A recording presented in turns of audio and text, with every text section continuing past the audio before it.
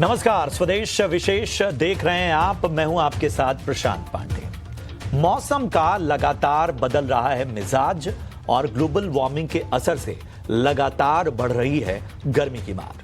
अप्रैल से पहले ही heat wave का अलर्ट शुरू होना नजर आने लगा था और अब तो मौसम विभाग ने इस बार हीट वेव के दिनों की तादाद डबल होने के संकेत दिए, अनुमान जताया। तो ऐसे में कैसे हम करें गर्मी से फाइट, क्या हो हमारी सही डाइट, हेल्थ के किस किस मोर्चे पर हमें सजग रहने की जरूरत है, बचाव और सही डाइट और ड्रिंक से ही हम हीट के असर को कैसे बीट कर पाएंगे।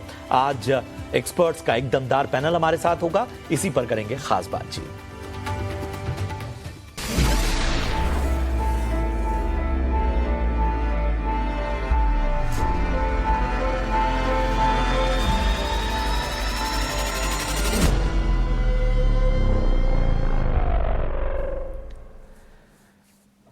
हीट वेव किसी पर भी असर डाल सकता है, बुजुर्ग हों, बच्चे हों, महिलाएं हों और बीमार लोगों पर तो ज्यादा इसका खतरा मंडराता है। ज्यादा गर्मी से शरीर पर बुरा असर पड़ता है। शरीर अपना तापमान 37 डिग्री कायम रखने की कोशिश करता है।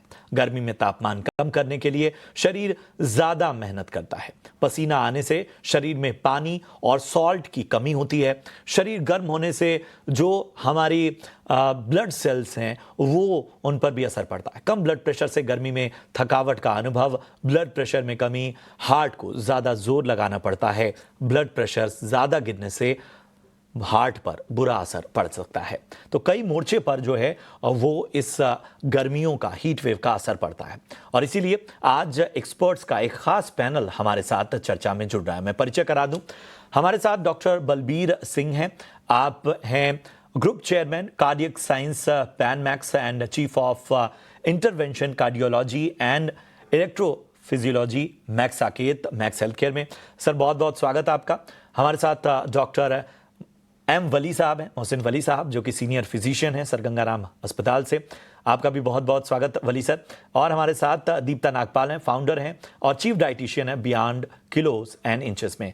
दीप्ता, आपका भी बहुत बहुत स्वागत। और ये जो पैनल दिख रहा है, ये पैनल ऐसा पैनल है जिन्हें लोग सुनते हैं, जिनकी सलाह बहुत मायने रखती है और मैं खुद इनके तमाम बातों को बहुत गौर से सुनता और देखता आया हूं। आप सभी का बहुत बहुत स्वागत, अपना कीमती समय दिया उसका बहुत बहुत धन्यवाद। सबसे पहले डॉक्टर वली, मैं आपके पास आना चाहूंगा। वक्त से पहले जब हीट वेव या गर्मियों की तपिश होती है तो जाहिर सी बात है कि शरीर उस हिसाब से एडजस्ट करने के लिए तैयार नहीं होता। आप सबसे ज्यादा नुकसान इस हीट वेव में, या अनुमान से ज्यादा जो आईएमडी अनुमान लगा रहा है, अगर इस तरह की तपिश जारी रहती है तो किस तरह के नुकसान शरीर पर पड़ने वाले हैं? देखिए, गर्मी में रहने के लिए हमारा शरीर नहीं बना है। जितनी गर्मी पड़ती है हमारे यहाँ ट्रॉपिकल कंट्रीज में मिला के, और शरीर में पानी होता है, प्रोटीन्स होते हैं, वाइटल स्ट्रक्चर्स होती हैं जो कि सेल्स से बने होते हैं। और प्रोटीन गर्म होके, जैसे हम बहुत कॉमनली देखते हैं, अंडे को जब हम उबालते हैं तो उसकी ट्रांसपेरेंट सफेदी जो है वाइट हो जाती है। ये डीनेचर हो जाती हैं, डीनेचर्ड हो जाती हैं प्रोटीन्स, और वो सेल अपना फंक्शन करने में स्लो हो जाते हैं। और आपने बड़ी अच्छे से प्रोग्राम की शुरुआत की है। और जो गर्मी का असर है छोटे बच्चों और वृद्ध लोगों पर ज्यादा पड़ता है। और अभी मैं स्टैटिस्टिक्स देख रहा था कि फीमेल्स पर भी ज्यादा पड़ता है। ये मैंने आज ही जाना, क्योंकि हम सबको बराबर ट्रीट करते थे। तो हमारी जो बहनें हैं, माताएं हैं और एल्डरली लेडीज हैं, उनके लिए भी ये मैसेज है, तो एहतियात करें। अब क्या होता है, गर्मी में हमारी बॉडी जगह कोल्ड टेम्परेचर होता है। आपने ये पारा 40 के पार जो लिखा है, ये ऑलरेडी क्रॉस मार्क है। जब वो कोल्ड टेम्परेचर पड़ने से नुकसान शुरू हो जाता है, 37 आपने बताया, बिल्कुल ठीक बताया, नॉर्मल टेम्परेचर है। कोल्ड टेम्परेचर इससे 40 से जब ज्यादा बढ़ जाता है तो पहले हम लोग क्लासिफाई भी करते थे, heat, hyper pyrexia, heat, hyper pyrexia के बाद हीट कोमा, और उसके बीच की एक स्टेज हीट स्ट्रोक। 3 भाग होते हैं, हीट हाइपर पायरेक्सिया, उससे पहले हीट एग्जॉशन होता है जिसको हम माइल्ड कहते हैं। तो ये सब स्टेजेस होती हैं। तो अब हम इसको ऐसे देखते हैं कि हीट से जितने biochemical bodily changes, temperature changes और छोटे बच्चों में खास तौर से जो एकदम से मुरझा जाते हैं और डिहाइड्रेट हो जाते हैं, उस चेंजेस की हम बात करते हैं। और आपने बहुत सही समय पे ये प्रोग्राम की सीरीज शुरू की है और मौसम विभाग ने जो चेतावनी दी है, और अभी आप जो दिखा रहे हैं कम ब्लड प्रेशर वाली बात, जब पसीना निकलता है तो सॉल्ट्स और पानी भी निकलता है, जिससे ब्लड प्रेशर फॉल कर जाता है और हाइपोटेंशन जिसको हम कहते हैं, कम ब्लड प्रेशर हो जाता है। लेकिन ये सबको क्यों नहीं होता? उसी दिन गर्मी में अगर 10 लोग सड़क पे चल रहे हैं तो 6 को या 5 को क्यों होगा, 4 को क्यों होगा?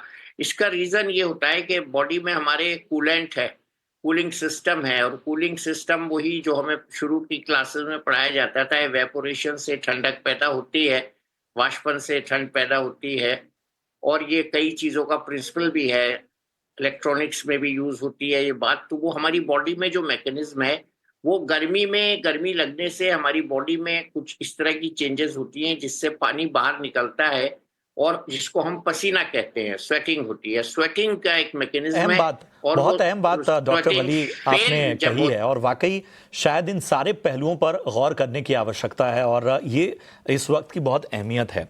डॉक्टर बलबीर, मैं आपके पास आना चाहूंगा। क्या वो कंडीशंस हैं या जो पहले से बीमार हैं उन पर ज्यादा असर है, जो गर्मियों में दिल पर बुरा असर, मतलब सर्दियों में भी होता है, सर्दियों में भी इस तरह की चर्चाएं हम करते हैं, गर्मियों में खतरे किस फ्रंट पे ज्यादा है? तो अगर देखा जाए तो लोग ज्यादातर सोचते हैं कि ठंडक एक हार्ट के मरीज के लिए खराब है, लेकिन कोई ये नहीं सोचता कि हीट वेव जब बहुत हीट होती है तो भी हार्ट के लिए खराब है।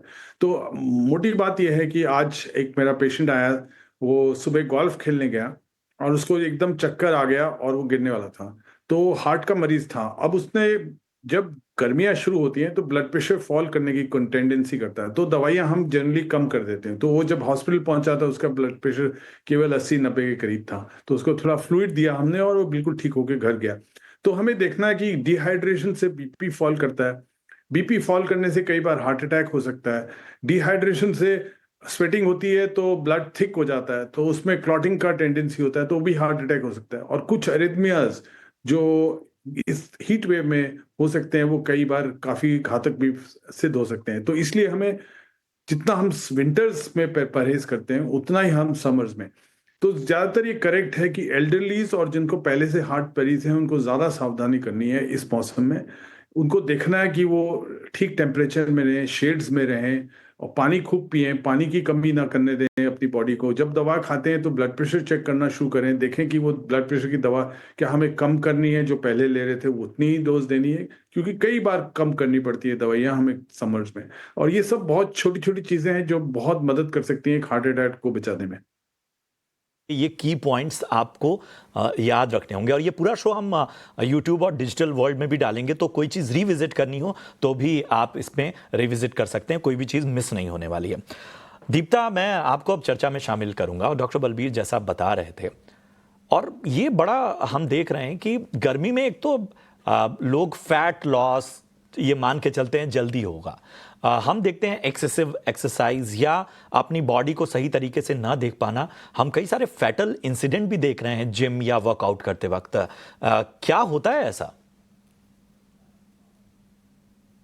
जी, ये बहुत कॉमन है, मैंने खुद भी एक्सपीरियंस किया है। मेरे पास लोग आए हैं, फेटल हो गए हैं लोग, बहुत सी, मतलब उनको हार्ट इश्यूज हुए हैं, हीट स्ट्रोक हुए हैं।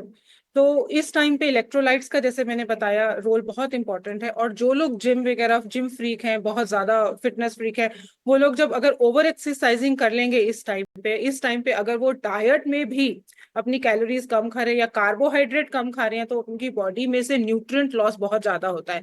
इवन एक छोटी सी चीज है स्पोर्ट्स एनीमिया, वो भी समर्स में ज्यादा होता है। आप पानी लूज कर रहे हैं अपनी बॉडी में से, बहुत मिनरल्स लूज कर रहे हैं, तो उसकी वजह से वो लो महसूस करते हैं। और अगर जब एक थ्रेशोल्ड आ जाता है, तब इस तरह से सोडियम पोटेशियम पंप का इम्बैलेंस हो जाना, बॉडी को ज्यादा स्ट्रेस देना इस टाइम पे, तो वो इस तरह से इवन हार्ट इश्यूज भी देखे गए हैं। लोगों को अटैक आना इस टाइम पे ज्यादा होता है, ब्लड प्रेशर बहुत ज्यादा हाई शूट हो जाना, ये इन दिनों देखा गया है। तो इस टाइम पे बहुत इंपॉर्टेंट है इंडोर्स वर्कआउट करना। अगर आप आउटडोर्स वर्कआउट करना चाहते हैं तो बहुत अर्ली मॉर्निंग, और ये अपना जो इलेक्ट्रोलाइट्स है उसका बहुत ध्यान रखिए, खाने का बहुत ध्यान रखिए। Over very low calorie in the summer is not advisable.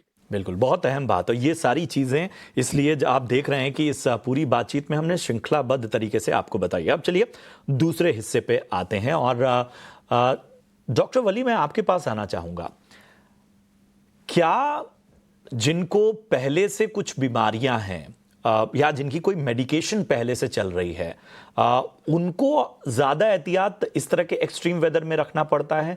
दूसरा, किन किन से ऐसी कंडीशन आप देखते हैं जो वाकई अगर वो बीमार भी हैं, बाहर भी नहीं निकल रहे हैं, तो भी उनके लिए खतरा ज़्यादा है?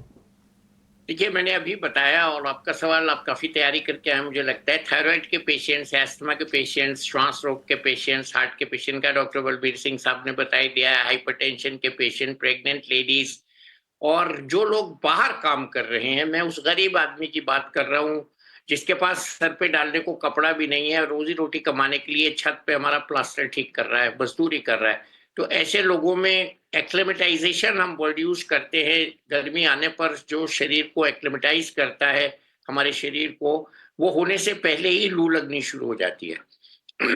एक तो ये, और दूसरा ये कि भूखा रहने से बहुत ज्यादा लू लगने का चांस होता है। अच्छा, कुछ लोग जैसे ट्रेवल करते हैं, अभी मेरे कई पेशेंट्स जैसे बलबीर सिंह साहब ने बताया, गोल्फ खेल के आ गए, वो सऊदी अरब से आए यात्रा करके, वहां बहुत गर्मी थी। ऐसे ही ऑस्ट्रेलिया में, साउथ अफ्रीका में, जब यहाँ जाड़ा होता है वहां गर्मी होती है, और जब यहाँ गर्मी होती है वहां जाड़ा होता है। अगर कोई जाता है तो उसकी बॉडी को एक्लेमेटाइजेशन नहीं होता है। तमाम मरीज जो अस्थमा के हैं, blood pressure, heart, old patients हैं, उनमें ये काम करता है। और थायराइड एक ऐसा डिसऑर्डर है जिसमें ये बॉडी हीट सेंसिटिव हो जाती है। और इसके अलावा कोई भी मरीज जब दवा खा रहा होता है तो उसके हिसाब से हम दवाओं को एडजस्ट करते हैं। उसका वेट कम ना हो ये हम देखते हैं, डिहाइड्रेशन का रफ आइडिया मिल जाता है, और उसको एक इनसिक्योरिटी की जो फीलिंग होती है उससे हम उसको कन्विंस करते हैं कि तुम बाहर जाने पे क्या एहतियात करो। और आपने बड़ा अच्छा शुरू में टैगलाइन दी है, गर्मी से फाइट, क्या हो हमारी डाइट शेयर। अगले सेगमेंट में हम डाइट की भी बात करेंगे और डाइटिशियन भी है हमारे साथ। तो बेसिकली हमको अपने को हाइड्रेटेड रखना है, एक्सपोज नहीं करना है सडन। एक चीज और होती है, लोग गर्म गाड़ी में आके एकदम बैठ जाते हैं ऑफिस से, ऑफिस एयर कंडीशन था, नीचे उतरे लिफ्ट से गर्म गाड़ी में आके बैठ गए। ऐसी कुछ इंसिडेंसेस भी हुए हैं जो एल्डरली लोगों को, बच्चों को गर्म गाड़ी में, चूंकि टेम्परेचर वहां नॉर्मल जितना होता है बाहर उससे कई गुना बढ़ जाता है।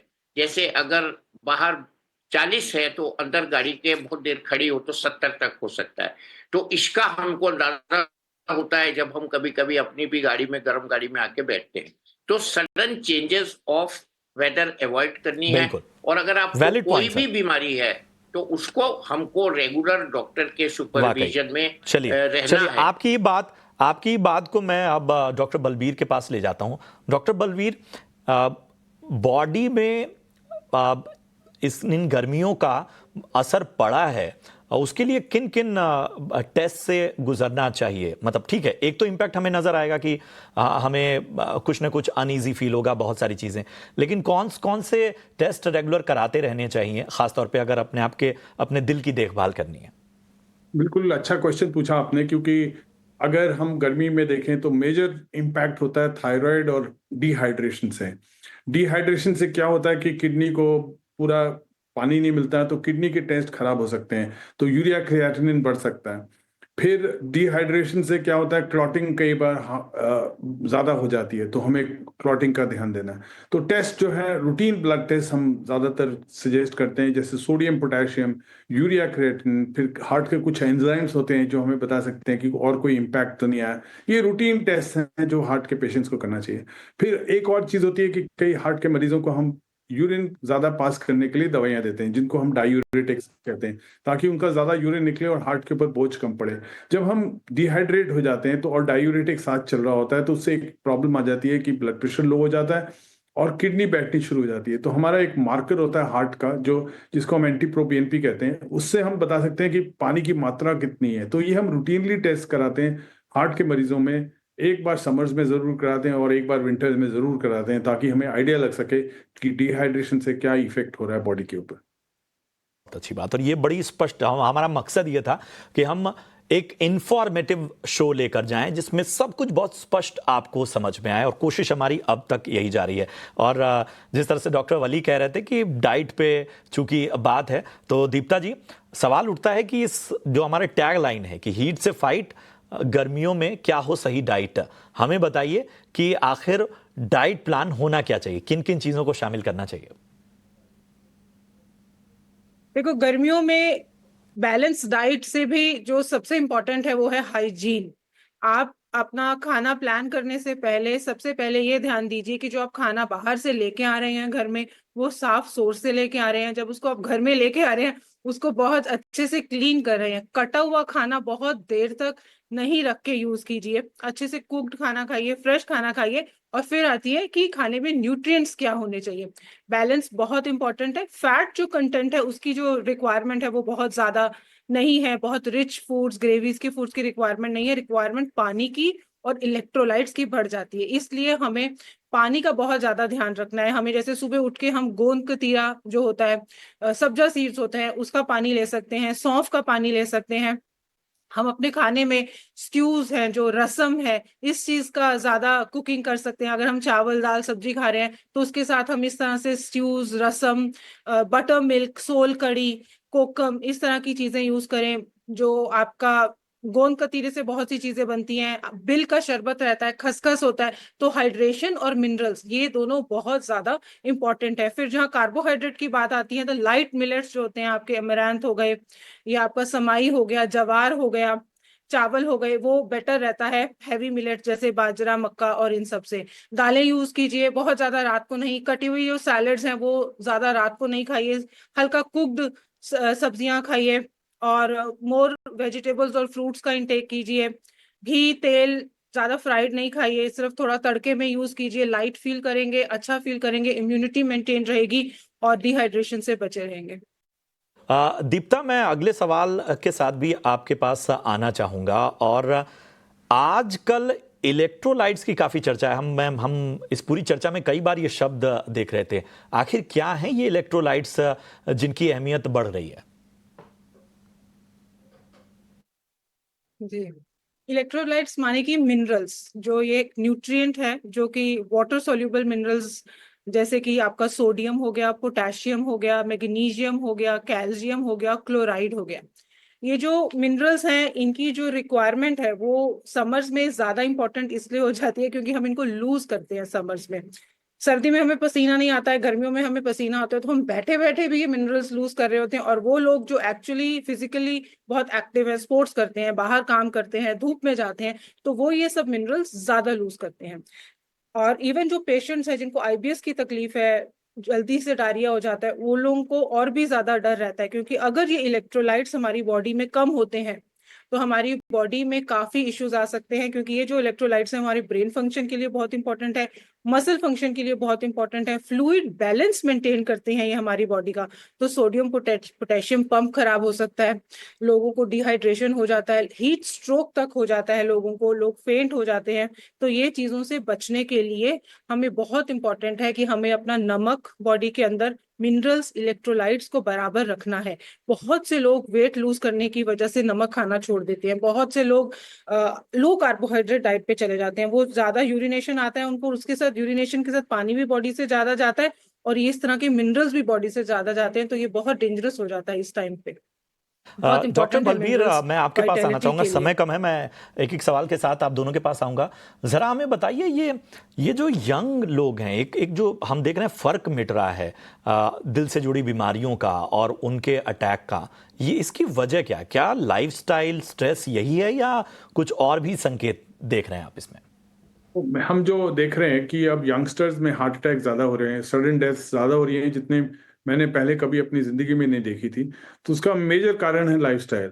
तो हम अपनी लाइफस्टाइल कंपेयर करें, जो हम 10-20 साल पहले जब यंग थे तो करते थे, वो सब खत्म हो गया। अब लाइफस्टाइल में स्मोकिंग का इंसिडेंस बहुत बढ़ गया है, एक्सरसाइज नियरली जीरो हो गई है, जिमिंग बहुत बढ़ गई है, जिमिंग के साथ साथ सप्लीमेंट्स जो कि काफी रिस्की हो सकते हैं वो चलते हैं, प्लस फूड इतना फ्रीली अवेलेबल है।